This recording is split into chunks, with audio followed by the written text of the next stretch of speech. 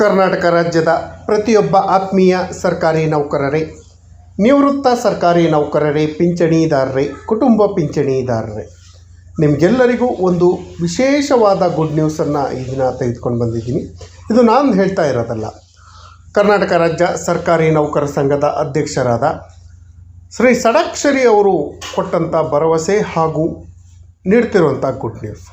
ಈ good news ಹೇಗೆ ಅಂದರೆ, ನಿಮ್ಮೆಲ್ಲರ ಕಷ್ಟದ ದಿನಗಳು ದೂರ ಆಗುವಂತಹ, ನಿಮ್ಮೆಲ್ಲರ ನಿರೀಕ್ಷೆಗಳು, ಕನಸುಗಳು ಈಡೇರುವಂತಹ ಒಂದು ಗುಡ್ ನ್ಯೂಸ್ ಅಂತಲೇ ಹೇಳ್ಬೋದು. ನೀವು ಈಗ ಪ್ರೆಸೆಂಟ್ ಪಡಿತಿರುವಂಥ ಸಂಬಳ, ಪಿಂಚಣಿ ಏಕ್ದಮ್ ಡಬಲ್ ಆಗತ್ತೆ. ಅಂತಹ ಒಂದು ವಿಶೇಷವಾದ ಮಾಹಿತಿಯನ್ನು ತಮ್ಮ ಮುಂದೆ ಶೇರ್ ಮಾಡೋದಕ್ಕಿಂತ ಮುಂಚಿತವಾಗಿ, ಯಾರೆಲ್ಲ ಈ ಚಾನಲ್ಗೆ ಸಬ್ಸ್ಕ್ರೈಬ್ ಮಾಡ್ಕೊಳ್ಳಿಲ್ಲ, ದಯವಿಟ್ಟು ಕೆಳಗಡೆ ಕಾಣ್ತಾ ಇರೋಂಥ ಸಬ್ಸ್ಕ್ರೈಬ್ ಬಟನನ್ನು ಒತ್ತಿ, ಬೆಲ್ ಐಕಾನನ್ನು ಕ್ಲಿಕ್ ಮಾಡಿ, ಆಲ್ ಅಂತ ಮಾಡಿ.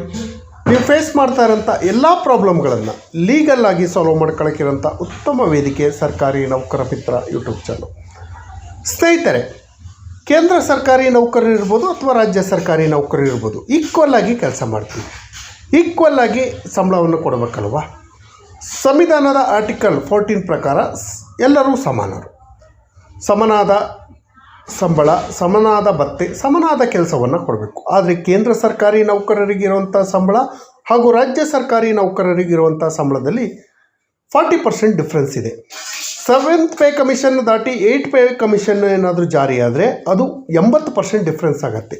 ಆದರೆ ರಾಜ್ಯ ಸರ್ಕಾರಿ ನೌಕರರಿಗೂ ಕೂಡ ಕೇಂದ್ರ ಮಾದರಿಯ ವೇತನವನ್ನು ಜಾರಿಗೊಳಿಸುವುದಾಗಿ ಸರ್ಕಾರಿ ನೌಕರ ಸಂಘದ ಅಧ್ಯಕ್ಷರು ತಿಳಿಸಿದ್ದಾರೆ. ಏನು ವಿಚಾರವನ್ನು ತಿಳಿಸಿದ್ದಾರೆ ಅಂತ ನೋಡೋಣ ಬನ್ನಿ.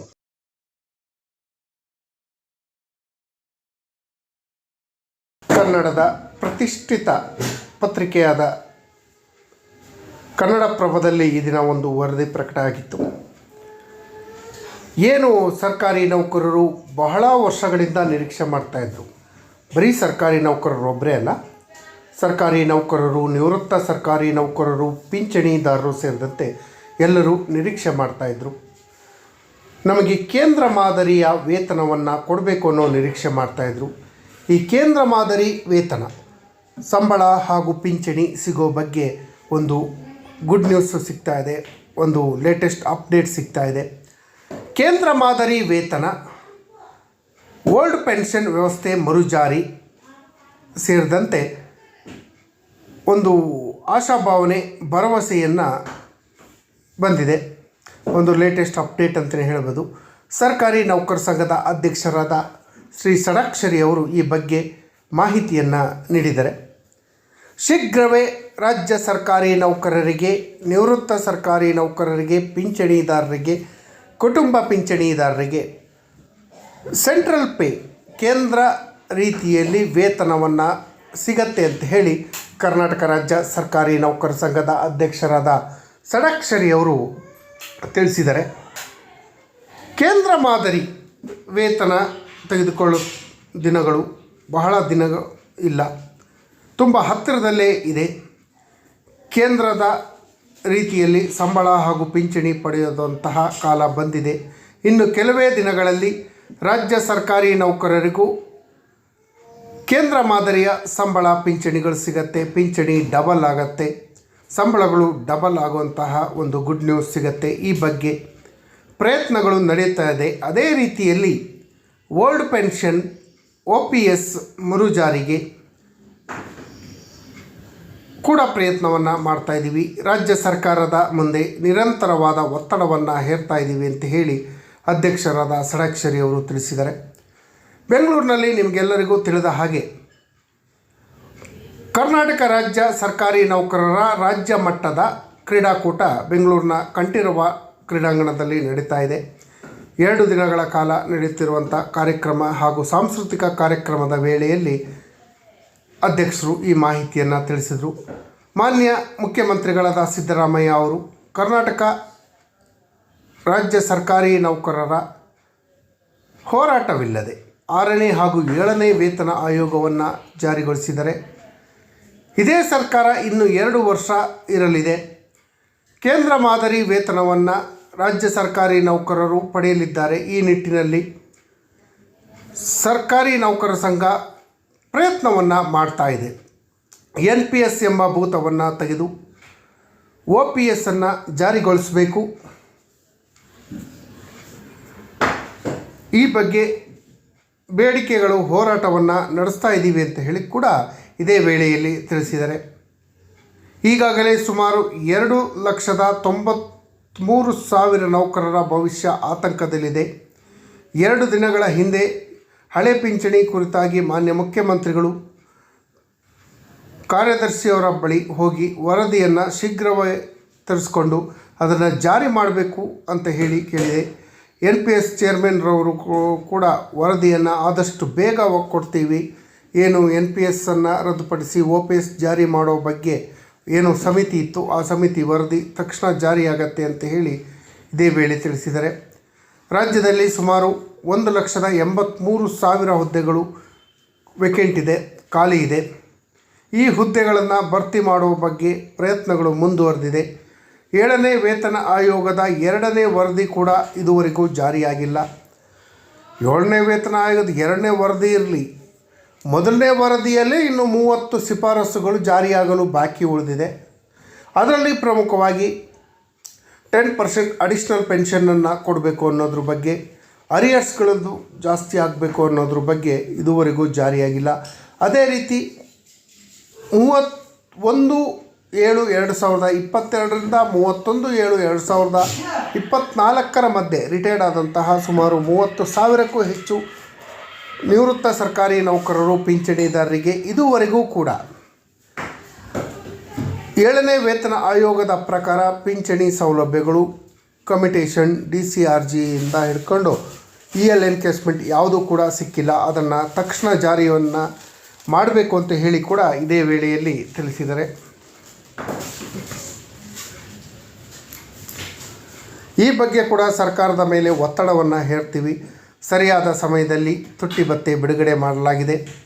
ನೌಕರರಿಗೆ ಇದರಿಂದಾಗಿ ಪರಿಹಾರ ಸಿಗತ್ತೆ. ನೌಕರರ ಅಪಘಾತ ಪರಿಹಾರವೂ ಕೂಡ ಸಿಗತ್ತೆ. ಆರೋಗ್ಯ ಯೋಜನೆಯಲ್ಲಿ ಕೂಡ ಜಾರಿಗೆ ತಂದಿದ್ದೀವಿ. KAS ಜಾರಿಗೆ ತಂದಿದ್ದೀವಿ, ಅದು ಕೂಡ ಜಾರಿಯಾಗಿದೆ ಅಂತ ಹೇಳ್ತಾರೆ. ಆದರೆ KAS ಬಗ್ಗೆ ನಾನು ಹೇಳೋದು ಅಂತ ಹೇಳಿದ್ರೆ ಅದನ್ನು ಕ್ಯಾಶ್ಲೆಸ್ ಟ್ರೀಟ್ಮೆಂಟ್ ಅಂತ ನಾನು ಇದುವರೆಗೂ ಒಪ್ಕೊಳ್ಳೋಕ್ಕೆ ರೆಡಿ ಇಲ್ಲ. ಅದು ಕೇವಲ ವಂತಿಕೆ ಇಲ್ಲದೆ ಕೊಟ್ಟರೆ ಅದು ಕ್ಯಾಶ್ಲೆಸ್ ಟ್ರೀಟ್ಮೆಂಟು. ವಂತಿಕೆಯನ್ನು ಪಡೆದುಕೊಂಡು ಟ್ರೀಟ್ಮೆಂಟ್ ಕೊಡೋದು ಅದು ಹೆಲ್ತ್ ಇನ್ಶೂರೆನ್ಸು. ಖಾಸಗಿ ಕಂಪ್ನಿಗಳಲ್ಲಿ ಇದಕ್ಕಿಂತ ಬೆಟರ್ ಆದಂಥ ಹೆಲ್ತ್ ಇನ್ಶೂರೆನ್ಸ್ಗಳಿದ್ದಾವೆ, ಅದಕ್ಕಿಂತ ಏನು ಬೆಟರ್ ಅಲ್ಲ. ಇದೇನೋ ಒಂದು ಉತ್ತಮ ಸಾಧನೆ ಅಂತಲೂ ಹೇಳ್ತಾ ಇಲ್ಲ.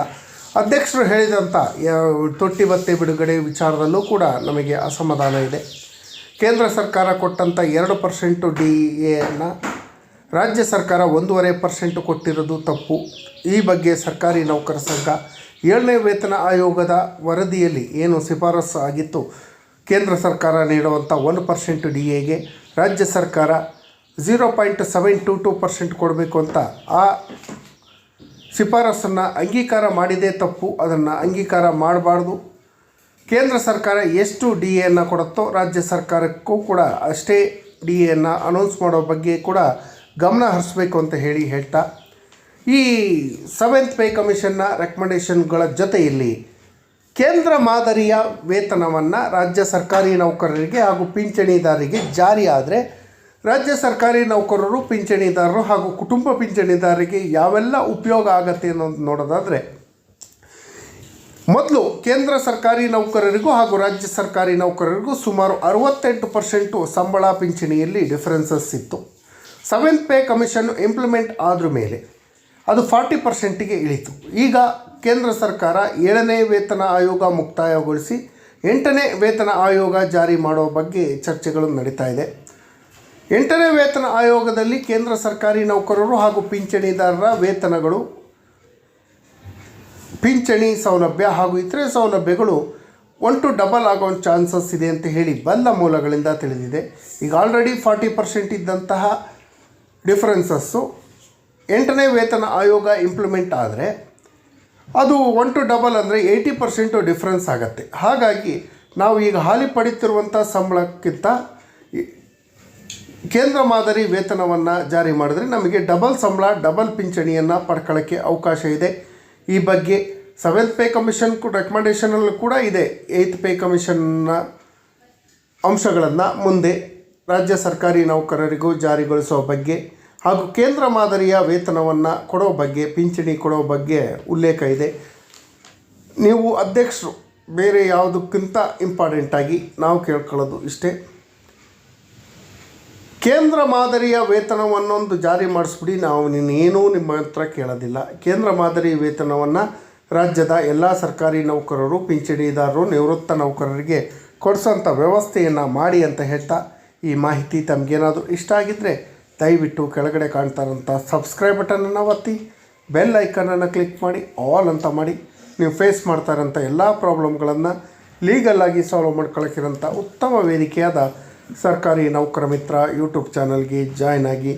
ಧನ್ಯವಾದಗಳು. ಜೈ ಹಿಂದ್, ಜೈ ಕರ್ನಾಟಕ ಮಾತೆ.